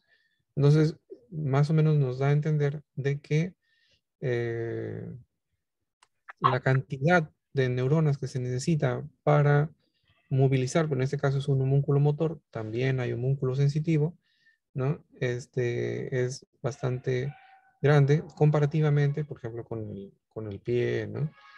Ahora, también hay que entender que si nos vamos de una posición medial hacia lateral, ¿no? A nivel medial encontraremos el pie, la pierna, todo lo que es el miembro inferior, luego el tronco, y más lateralmente, ¿no? Sería más superior y medial, y más lateral y después inferior, lo correspondiente a la mano y a, a la cara, ¿no? Entonces, ver también, ¿no? La importancia, por ejemplo, de mover un dedo, por ejemplo, el pulgar, ¿no? De la mano, ¿no? El primer dedo de la mano comparativamente al primer dedo del pie, ¿no? O sea, en relación a la cantidad de área, ¿no? De cortical que se requiere, ¿no? Entonces, eso también se utiliza, por ejemplo, para los aspectos del examen, ¿no? La siguiente, por favor.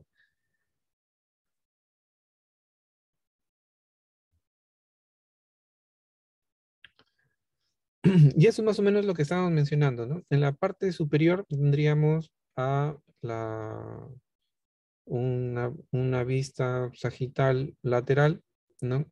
Con, digamos así, los ojos en la parte anterior hacia el lado izquierdo, ¿no? Y la parte inferior sería la cara medial, ¿no? Am, que estaría mirando hacia el otro lado, ¿no? Hacia el lado derecho. En la parte lateral, ahí tenemos el puntito, la línea negra que divide el color rojo del azul, ¿no? Sería el surco central o surco de Rolando, ¿no? Surco cisura. Entonces, anterior a esos tendríamos el área motora primaria, que dijimos que era la circunvolución precentral, que acabamos de ver justamente en el homúnculo hace un ratito, ¿no? Que correspondería al área de Brodmann 4, mientras que el área somatosensitiva primaria, ¿no? Que está relacionada al tacto, estaría pasando, ¿no? Ese surco, esa cisura, pero ya no correspondería al lóbulo frontal, sino al lóbulo parietal, que está de color azul. Entonces, correspondiente al área de Brodmann 3, 1 y 2, ¿no? Entonces, es allí cómo podemos diferenciar esa zona. La siguiente. A nivel de la médula espinal, también vamos a ver algunas diferencias, ¿no? La médula espinal solamente va a llegar hasta L1, ¿no? L2 a nivel vertebral, ¿no? Pero y de ahí saldrán las proyecciones. Cuando hablamos de los nervios periféricos, no tendremos nervios craneales, no tendremos nervios raquídeos, ¿no? En el caso de los nervios craneales tendremos 12 pares de nervios craneales y en relación a los nervios raquídeos tendremos 31 pares de nervios craneales, considerando los 8 cervicales, ¿no? Más los 12 torácicos, ¿no? 5 lumbares, 5 sacros y 1 coxígeo, ¿no? Que a veces lo omiten algunas bibliografías, ¿no? Pero sería 31 si lo consideramos, ¿no? Ahora, tenemos un corte, eso estamos viéndolo más o menos en un plano sagital, tenemos un plano transversal, ¿no? Donde ya tenemos la vista, ¿no? Ventral o anterior sería, ¿no? Con la cisura anterior, ¿no? Y a nivel, o lentitud anterior, y en la parte dorsal, ¿no? Con una pequeña cisura a nivel posterior. Recordar también, ¿no? De que a nivel medular los componentes posteriores son sensitivos, ¿no? Particularmente en relación a las astas dorsales, ¿no? Y las astas anteriores o ventrales son motoras, ¿no? Tener en cuenta también de que hay una inversión con respecto a la sustancia gris, ¿no? La sustancia gris a nivel encefálico está en la parte periférica y a nivel central predomina la sustancia blanca. Es decir, a nivel externo predominan los somas, ¿no? Y a nivel interno los axones que están mielinizados, por eso son sustancia blanca, ¿no? Por la mielina. En cambio, en la médula es al revés. En la periferia estarán la sustancia blanca correspondiente a diferentes fascículos, vías, tractos, ¿no? Mientras que los somas se concentrarán en el medio, la parte medial, en relación a los cuerpos vertebrales que no están mielinizados. La siguiente. Luego, por ejemplo, si hablamos de neurotransmisores, estaríamos ya entrando al aspecto de la sinapsis, ¿no? En la sinapsis hay una comunicación, no hay un contacto directo, las sinapsis hay químicas y eléctricas, ¿no? Las más representativas, por ejemplo, a nivel eléctrico, podemos asociarlos a nivel cardíaco, por ejemplo, ¿no? A nivel del sistema nervioso central, vamos a hablar más en relación a sinapsis químicas, y por lo tanto el uso de neurotransmisores, ¿no? Vamos a tener neurotransmisores excitatorios como inhibitorios, ¿no?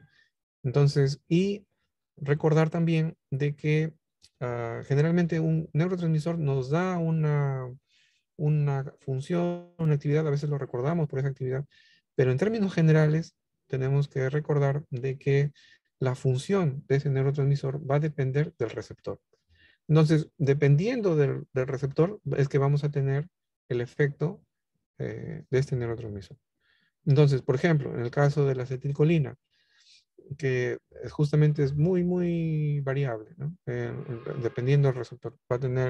Vamos a encontrar acetilcolina a nivel autonómico, a nivel somático, ¿no? En la unión neuromuscular, a nivel presináptico, a nivel postsináptico, cuando estamos hablando de la musculatura esquelética, ¿no? Entonces, mucho va a depender del receptor que tenga, ¿no? Para definir la función. Hablábamos, ¿no? De que a nivel suprarrenal no iba a haber la mayor producción de noradrenalina, perdón, de adrenalina o epinefrina, ¿no? Que cumple una función de hormona, pero al mismo tiempo también una función de neurotransmisor. Le decíamos también que a nivel de la glándula suprarrenal, sí va a producir un 20% de noradrenalina o norepinefrina, pero a nivel del sistema nervioso central también hay producción de noradrenalina, ¿no? Entonces, a ese núcleo, un poquito más abajo, ahí está, gracias. Entonces está el núcleo coeruleus o locus coeruleus o locus ceruleus, ¿no? Ah, ¿Saben ustedes qué significa ese término? El locus coeruleus o locus ceruleus. ¿No han escuchado alguna vez? Es por el color, ¿no, doctor? Sí, ¿qué color es? Cerúleo le dicen es un tipo de azul. Azul, así es. Entonces, el locus ceruleus o núcleo azul, ¿no? Justamente va a ser el encargado de la producción de noradrenalina. Va a estar localizado, ¿no? Más o menos en protuberancia, ¿no? Pero muy cerquita al mesencéfalo, ¿no? La dopamina, lo que acabamos de revisar en la parte del nido de la sustancia negra, ¿no? El sistema negro estriado del mesencéfalo. Eso, por ejemplo, relacionado más a la parte motora, ¿no? También podemos relacionar a la dopamina, por ejemplo, con los mecanismos de recompensa, ¿no? Asociado al núcleo ambiens, ¿no? Relacionado también, por ejemplo, con la corteza prefrontal, ¿no? Pero eso, a pesar que también es el mesencéfalo, pero es en un área un poquito más anterior, ¿no? Que sería el área tegmental ventral, ¿no? En el caso de la serotonina, tenemos neuronas eh, a nivel intestinal, vamos a ver serotonina a nivel del sistema gastrointestinal, incluso en gran abundancia, ¿no? En las plaquetas incluso. Pero la que está a nivel gastrointestinal se entiende de que no cruza la barrera hematoencefálica, ¿no? En general, la producción va a ser a nivel de los núcleos del RAFE, ¿no? De los núcleos del RAFE. Los núcleos del RAFE están distribuidos entre mesencéfalo, protuberancia y bulbo, pero el núcleo del RAFE más grande, ¿por qué se llama núcleo del RAFE? A ver, ¿me pueden decir qué cosa es RAFE?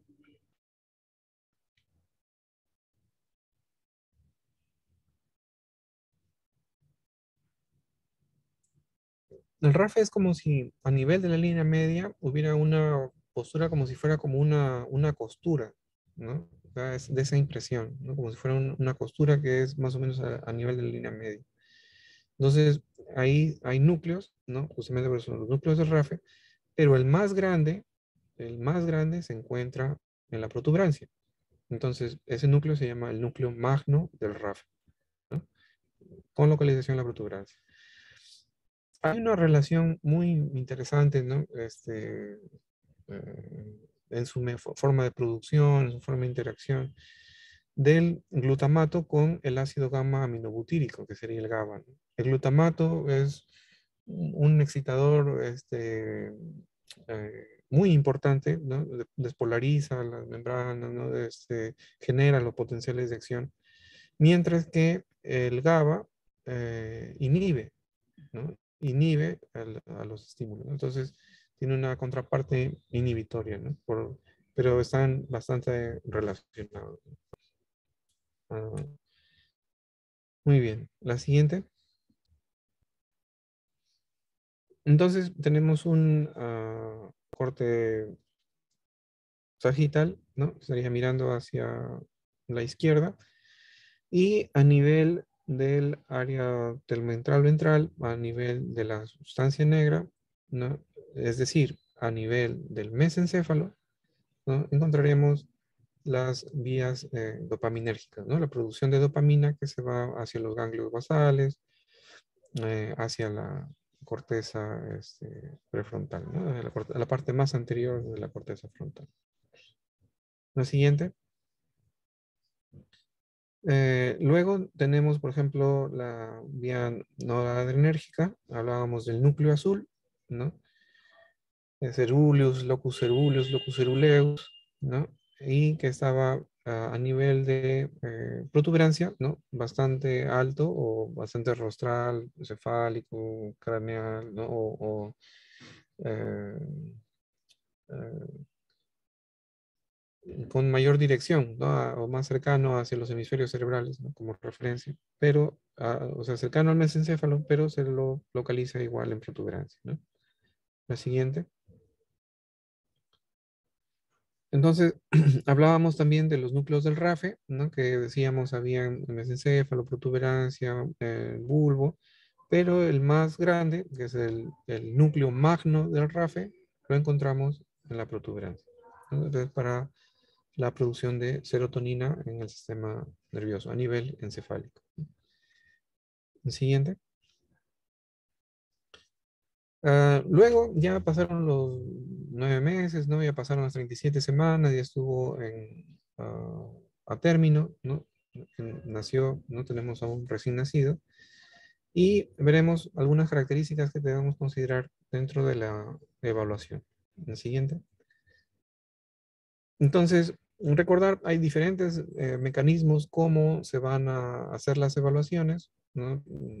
A nivel del MINSA, por ejemplo, están los carnets de vacunación. El carnet de vacunación tiene también, ¿no? Estos pasos, ¿no? Para evaluar el aspecto del monitoreo, de la parte del neurodesarrollo, que debe ser muy importante evaluarlos, ¿no? A veces dicen, bueno, vamos a dejarle una chance, ¿no? Dice, para ver cómo va desarrollándose, pero justamente como es un sistema de tamizaje, al contrario, o sea, si nosotros estamos identificando que algo no está yendo bien, más bien debe ser un punto de partida para referirlo, para ampliar el estudio, ¿no? Y eso, cuanto más temprano se haga, es mucho mejor. Entonces, también recomendar, recordar y en el caso de aplicarlos, utilizarlos, de que cuando encontramos algo que no está yendo bien, ¿no? Referirlo, ampliar el estudio, ¿no? La evaluación, porque podríamos detectar de forma más temprana dificultades en el neurodesarrollo y por lo tanto intervenirlos eh, de una forma, del mismo modo, ¿no? Más temprano. La siguiente. Entonces, vamos a tener, por ejemplo, la evaluación, ¿no? Que va a ir yendo en relación a los meses. A veces consideran 4 ejes, a veces 5 ejes, ¿no? La parte motora, a veces ponen gruesa y fina, ¿no? Adaptativa, el lenguaje y la parte personal social, ¿no? Entonces, ahí veremos de que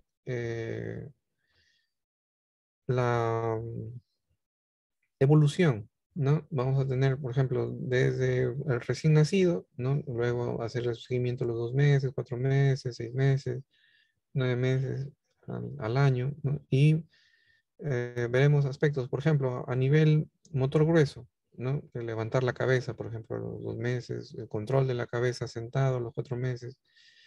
Y ahora, también depende de la bibliografía que se utilice, a veces ponen un corte menor o mayor, ¿no?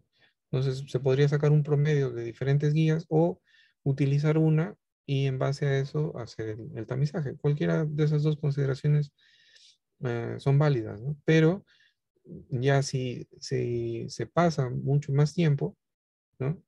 Eh, este, sí sería bueno referirlo, ¿no? ¿Qué ocurre muchas veces, ¿no? Que a veces, por ejemplo, características a los 6 meses, ¿no? Por ejemplo, vamos a considerar, por ejemplo, el lenguaje a los 6 meses, dice, imita el lenguaje, ¿no? Entonces, en la imitación del lenguaje, ¿no? De repente tiene 2 años y hace sonidos, pero no imita el lenguaje, ¿no? Entonces, a veces uno puede pensar cuando evalúa ya en una edad más tardía, de que, o considerar de que hubo una regresión, ¿no? De que tuvo un cierto desarrollo y después regresionó, pero la otra posibilidad es que de repente no se haya valorado o se haya considerado que tenía una capacidad o una función cuando no la tenía, ¿no? Y eso justamente es lo que a veces se encuentra, ¿no? En la consulta, en las atenciones. Entonces, como les decía, con cualquier método que utilicen, lo tendremos esto como referencia, ¿no? Ya eso lo van a tener ustedes, ¿no? Pero importante, ¿no? Que si vemos que está pasando eso, ya es un signo de alarma, ¿no? Es una alerta que debemos explorar. Puede ser que en el camino de la exploración no haya mayor problema. Entonces uno podría decir, no, pero si hizo la evaluación, nos hizo perder tiempo o alguna cosa. No, al contrario. Uno se está asegurando de que está funcionando adecuadamente. Eh, pero puede ser también de que en esa evaluación de tamizaje uno vaya encontrando más errores o los hitos, por ejemplo, los 9 meses, tiene año y medio y todavía no los consigue, ¿no? Entonces, eh, uno puede intervenir más rápidamente, ¿no? Y cuando hay intervenciones, por ejemplo, antes de los 2 años, por ejemplo, eh, ya tendríamos que entrar en las patologías, ¿no? Pero por ejemplo, cuando hay intervenciones de rasgos, de signos que están con atraso en la parte de neurodesarrollo y uno lo orienta, por ejemplo, al trastorno espectro autista, y hay ciertas intervenciones, ¿no?, que se hacen de forma temprana, ¿no? Hay estudios, ¿no?, que asocian una mejoría, ¿no?, en la evolución cuando se interviene de forma más temprana que cuando se deja más tardíamente la forma de la evaluación, de la interpretación, de la orientación diagnóstica, ¿no? Y justamente de la intervención. La siguiente. Entonces, y también ver algunos aspectos, ¿no?, que también pueden ser fisiológicos y que de repente se pueden considerar como patológicos, ¿no? Por ejemplo, a los 18 meses, ¿no? Dice que, si bien es cierto, puede imitar las tareas en casa, por ejemplo, a nivel personal, social, pero puede haber una mayor ansiedad a los extraños. Entonces decían, no, mi niño era tranquilo y ahora no, pero de repente está en un periodo de tiempo donde podríamos considerar esa reacción de forma fisiológica. Entonces no habría razón para alterarlos o que los padres se pongan más ansiosos, ¿no? Entonces también nos sirve como un medio de orientación para los padres, ¿no? El siguiente. Entonces, ya entre los 3 y los 6 años, ¿no? Veremos otras características donde hablaremos más sobre el aspecto del lenguaje, ¿no? También muy importante en muchas áreas.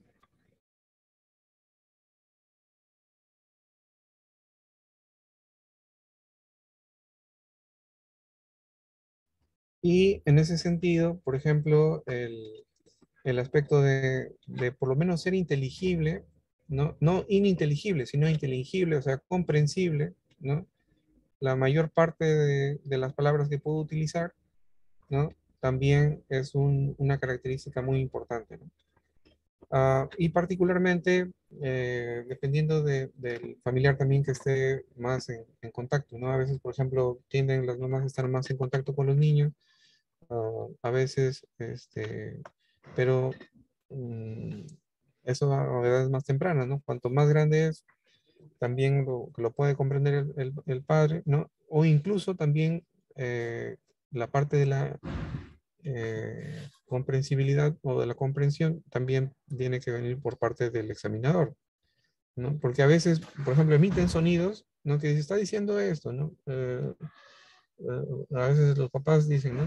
Pueden estar diciendo tal cosa, pero cuando uno lo escucha, no se entiende realmente, ¿no? Entonces, esos aspectos también hay que valorarlos. Tal vez no en todo el vocabulario, entendiendo también de que, por ejemplo, hasta los 5 o 6 años, a veces pueden haber dificultades en la pronunciación, pueden haber dificultades en otros aspectos, pero en términos generales, un gran porcentaje, un poco más de la mitad de todo el lenguaje que puedo utilizar, debería ser ya comprensible, superados los 3 años, ¿no? La siguiente. En el caso de las otras medidas, o sea, de las medidas antropométricas, ¿no?, que tendríamos, por ejemplo, el perímetro cefálico, es igual, ¿no? Tenemos diferentes sociedades, diferentes guías, ¿no?, donde podríamos obtener los valores, ¿no? Por ejemplo, en este caso es una guía de la OMS, eh, y también ver los aspectos relacionados a la edad, ¿no?, y la evolución. ¿no? Ocurre, por ejemplo, en algunos casos, lo mismo que sucedía, por ejemplo, con los hitos, ¿no? Los milestones, ¿no? Del neurodesarrollo. En este caso, también los percentiles nos ayudan a identificar los niveles de riesgo. Puede ocurrir, ¿no? De que hay un perímetro, por ejemplo, que pase el percentil 97, que ya sería de alerta, y encontrar de que efectivamente ese niño tiene una hidrocefalia, por ejemplo. Pero puede ocurrir también de que un niño pase el percentil 97, pero diga, por ejemplo, ¿no? El papá dice es cabezón, dice la mamá, ¿no? El papá dice, es culpa del papá, ¿no? Y se ve que la parte del desarrollo del niño, de su neurodesarrollo, está conservado, ¿no? Entonces, uno vuelve a hacer la, este, la medición, de repente puede seguir saliendo alto, ¿no? Pero no hay una alteración del neurodesarrollo. De repente luego se evalúa al papá, de repente hay concordancia con lo que dice la madre, ¿no? Y de repente sigue siendo su desarrollo normal. Incluso en algunos casos, dice, para ampliar la evaluación, de repente un estudio de imagen, ¿no? Y que muestra estructuras normales. Entonces, será una característica conservada. Si nosotros identificamos un parámetro, ¿no? Que sale, o sea, supera el percentil 85 y más todavía el percentil 97, y nosotros lo dejamos ahí y decimos, no, ya va a reducirse, entonces no es lo recomendable, ¿no? Más bien a nivel de aspectos de intervención primaria, ¿no? Es más bien, justamente estas fichas son tamizar, ¿no? Seleccionar. Y si uno ve que algo no está yendo bien, ampliar el estudio inmediatamente, ¿no? Entonces, esa es un razonamiento bastante lógico, pero que en algunas circunstancias en la práctica no se observa, ¿no? Entonces, a veces se retrasa, y entonces ya los niños a veces llegan, por ejemplo, a los 5 años, 8 años, 10 años, ¿no? Entonces, cuando de repente se pudo haber hecho intervenciones antes, ¿no? Muy bien, el siguiente, por favor. Vemos también algunas, por ejemplo, estos son de la CDC, ¿no? De Estados Unidos, aspectos que relacionan, ¿no? También percentiles, eh, de estatura, ¿no? De circunferencia cefálica, ¿no? Es otra forma de analizarlo, también son válidas. La siguiente, ¿no? Y también, por ejemplo, los percentiles de estatura por edad y peso por edad, ¿no? Entonces, son medidas, ¿no? Que generalmente se utilizan en la edad pediátrica. A veces también hay los estudios de estos percentiles, a veces en otras clasificaciones son un poquito más antiguos, a veces de los años 80, ¿no? Esa es una actualización del año 2000. La siguiente. Pero curiosamente, ¿no? Ahí vemos otra distribución de percentiles, la siguiente. A veces, por ejemplo, ponen de azul para hombres, ¿no? De rojo para mujeres, ¿no? La siguiente. A veces también sale de color negro nada más, a veces dependiendo del formato. Pero un detalle adicional es de que, por ejemplo, generalmente hace unos años no se decía de que el índice de masa corporal, o sea, las valoraciones se hacían para edades superiores a 18 años. Y esos percentiles son interesantes porque incluso permiten el cálculo del índice de masa corporal desde los 8 años de edad, ¿no? Entonces, ya los criterios, los parámetros estandarizados para adultos podríamos considerarlos a partir de los 18 años, pero en niños pequeños o en niños a partir de los 2 años podríamos usar también estos percentiles de índice de masa corporal. Entonces, ahí sacan el cálculo, por ejemplo, del peso, ¿no? Entre la estatura, ¿no? 2 veces, o sea, entre la estatura, y se lo vuelve a dividir entre la estatura, ¿no? Y se multiplica por 10.000, si en caso fuera el valor absoluto, ¿no? Pero si le ponen, por ejemplo, en la estatura 1.30, ¿no? 1.3, entre 1.3, ¿no? Y sale el valor preciso, o sea, ya no necesita multiplicar por el 10.000, ¿no? Entonces, son formas o de cálculo, ¿no? Para encontrar el índice de masa corporal. Y eso también es importante, porque a veces, por ejemplo, niños, por ejemplo, con tratamiento psicotrópico, ¿no? Antipsicóticos o ácido valproico, etcétera, a veces es por el medicamento. Entonces habría que ver si desde la evaluación basal, ¿no? Desde la evaluación inicial, considerar esos parámetros. La siguiente, por favor. Entonces, ya cuando evaluamos toda esa parte de las niñas, ¿no? También evaluamos sus aspectos de individualidad, ¿no? De este niño, de este adolescente, de este joven, ¿no? Que va a ir en un proceso continuo de maduración. La siguiente. Entonces, el DSM-5 había cambiado un poco el aspecto de las definiciones de los trastornos de personalidad, ¿no? Considerando de que incluso antes de los 18 años podía hacerse el diagnóstico, excepto del disocial, ¿no? De la personalidad disocial. O antisocial. Eh, Cosa que difiere del CIE-10, ¿no? Porque el CIE-10 considera los trastornos de personalidad posterior a o desde los 18 años. Bueno, y sigue en evaluación, todavía no se ha oficializado, pero está desde hace 1 o 2 años, ¿no? O más, creo, el CIE-11, ¿no? Que ya está en la página web, pero por lo menos no se ha oficializado para la codificación, ¿no? El siguiente.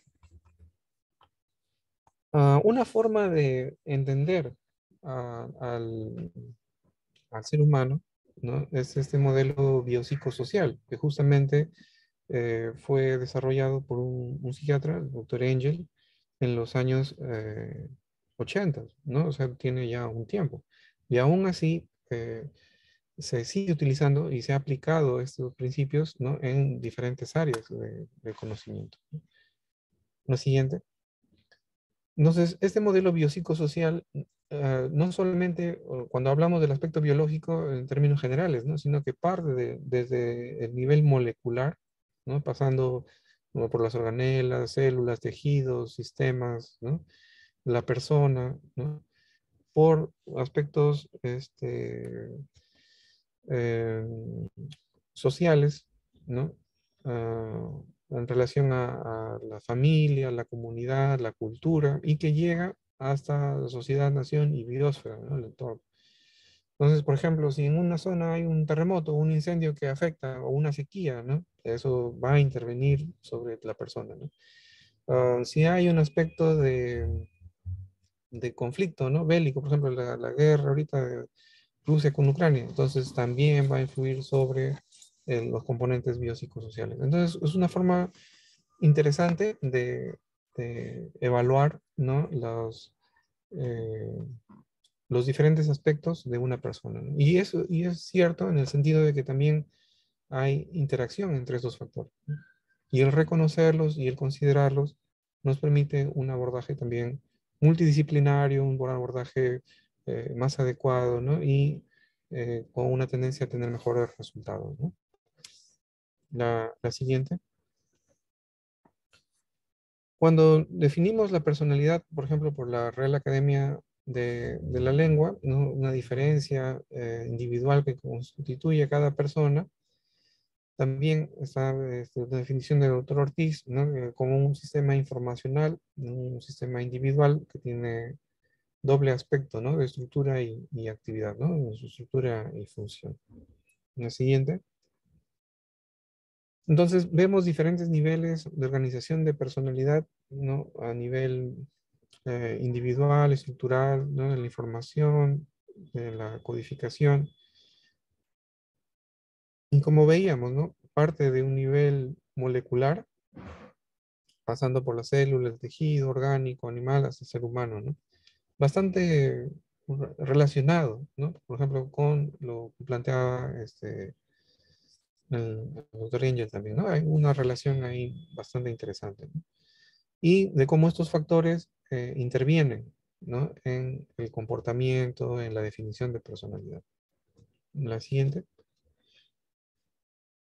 Podemos comparar también con otros autores, ¿no? Que ustedes ya también irán profundizando, ¿no? Viendo junto con, desde diferentes perspectivas, ¿no? Una perspectiva psicoanalítica, ¿no? Si Freud, un aspecto del aprendizaje, ¿no? Por ejemplo, si lo asociamos un aspecto a Piaget, por ejemplo, ¿no? Eh, y así podremos tener también comparaciones de diferentes formas en el desarrollo de la personalidad. La siguiente. Eh, Tenemos diferentes ejes, ¿no? El aspecto intelectual, ¿no? En lo que tiene que ver el aspecto cognitivo, ¿no? La siguiente. De la formación del carácter, ¿no? Que también hay a veces clasificaciones, ¿no? Donde hacen diferenciaciones entre el temperamento y el carácter, ¿no? Como una situación un tanto más innata, más propia del ser humano y algo que se va formando también con los diferentes eventos, ¿no? Que van ocurriendo durante la vida del ser humano. El siguiente. ¿No? Y dentro de esas características de temperamento, ¿no? Están los niveles de actividad, de ritmicidad, de acercamiento o alejamiento, adaptabilidad, de respuesta a ciertos umbrales, de la intensidad de reacción, la calidad del ánimo, de la distractibilidad y del espacio de atención y persistencia, ¿no? Em, Tener esas características también nos permite identificar ciertos rangos de normalidad en las personas, ¿no? Y eso asociado, por ejemplo, a la edad, ¿no? Es un factor también importante, ¿no? Entonces, todos estos aspectos tenemos que tomarlos en cuenta para discriminar. Si una persona, por ejemplo, ¿no? En el aspecto de distractibilidad o adaptabilidad o los espacios de atención, por ejemplo, podríamos hablar de trastorno por déficit de atención e hiperactividad, ¿no? Pero de repente, está en un rango que todavía se considera conservado, ¿no? Entonces, por ejemplo, ¿no? Durante ese tiempo de la pandemia había niños que son muy activos o que han estado activos en casa, ¿no? Hacían sus juegos de forma muy natural, por ejemplo. Y cuando van al jardín, por ejemplo, justo cuando tenían la edad para ir al jardín, estaban con el aspecto de la pandemia, ¿no? Entonces, ahora que están retomando la parte académica, o por lo menos de educación básica, por lo inicial, ¿no? Pueden tener algunas dificultades en el tema de adaptación, pero conforme van pasando los meses, uno va observando que cada vez se van adaptando progresivamente mejor a esos escenarios, entonces de repente podemos considerarlo dentro de un rango normal. Entonces, tener estas características son importantes también, ¿no? En el aspecto de la ritmicidad, por ejemplo, ¿no? Hay personas con niños pequeños, ¿no? Que a veces comen pequeñas cantidades en diferentes momentos, que en su sumatoria, por ejemplo, ingieren una buena cantidad de nutrientes y están en un buen peso, en una buena estatura, en un índice de masa corporal normal, ¿no? Sin embargo, de repente, como comen por poquitos, a veces los papás están preocupadísimos, ¿no? Entonces, a veces hay en el tema de o no la insistencia o una insistencia excesiva, ¿no? O una situación de intranquilidad, de desesperación en relación al aspecto nutricional, pero no se están dando cuenta de esos aspectos. Entonces, la evaluación, ¿no? Dentro de la parte somatométrica, dentro de la evaluación de neurodesarrollo, nos permite ver que está dentro de rangos normales y que en general está en mantiene un buen desarrollo, ¿no? Buen crecimiento, un buen desarrollo. Entonces, habría que orientar justamente estas características del temperamento para que los cuidadores, los padres, ¿no? Tengan también serenidad, ¿no? Y de repente más estrategias de cómo abordar estos eventos, ¿no? La siguiente. Entonces, vemos, ¿no? Diferentes teorías, ¿no? Que me parece que también ustedes van a ir desarrollando, ¿no? A nivel psicosexual, ¿no? Desde psicoanalítica, ¿no? Psicosocial, cognitiva, ¿no? Moral, de que nos ponen ciertos parámetros, ¿no? Ciertos hitos en la evolución o el desarrollo de las personas. No sistemas necesariamente perfectos, pero nos permiten comprender la realidad, nos permiten entender de diferentes perspectivas, diferentes ángulos, y nos permiten justamente abordar, ¿no? De una forma más adecuada, ¿no? En caso observemos que hay algo que pudiese estar fallando. Y si está dentro del rango normal, entonces también orientar o tranquilizar eh, a los cuidadores, a los padres, ¿no? Los responsables que están encargados de los niños. El siguiente.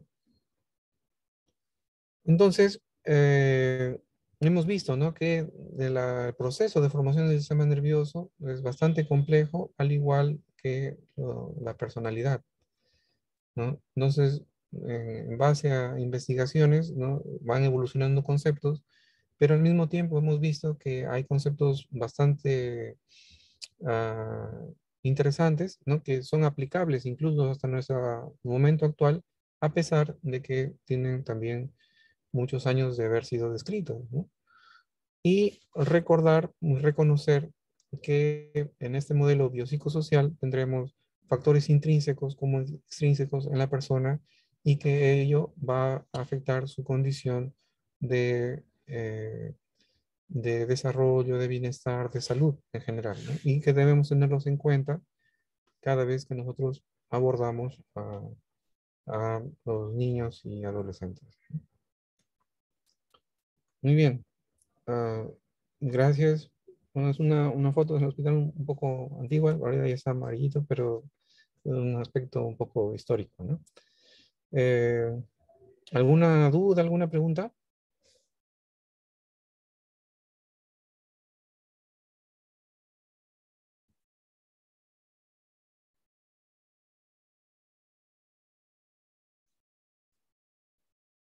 Muy bien. Entonces,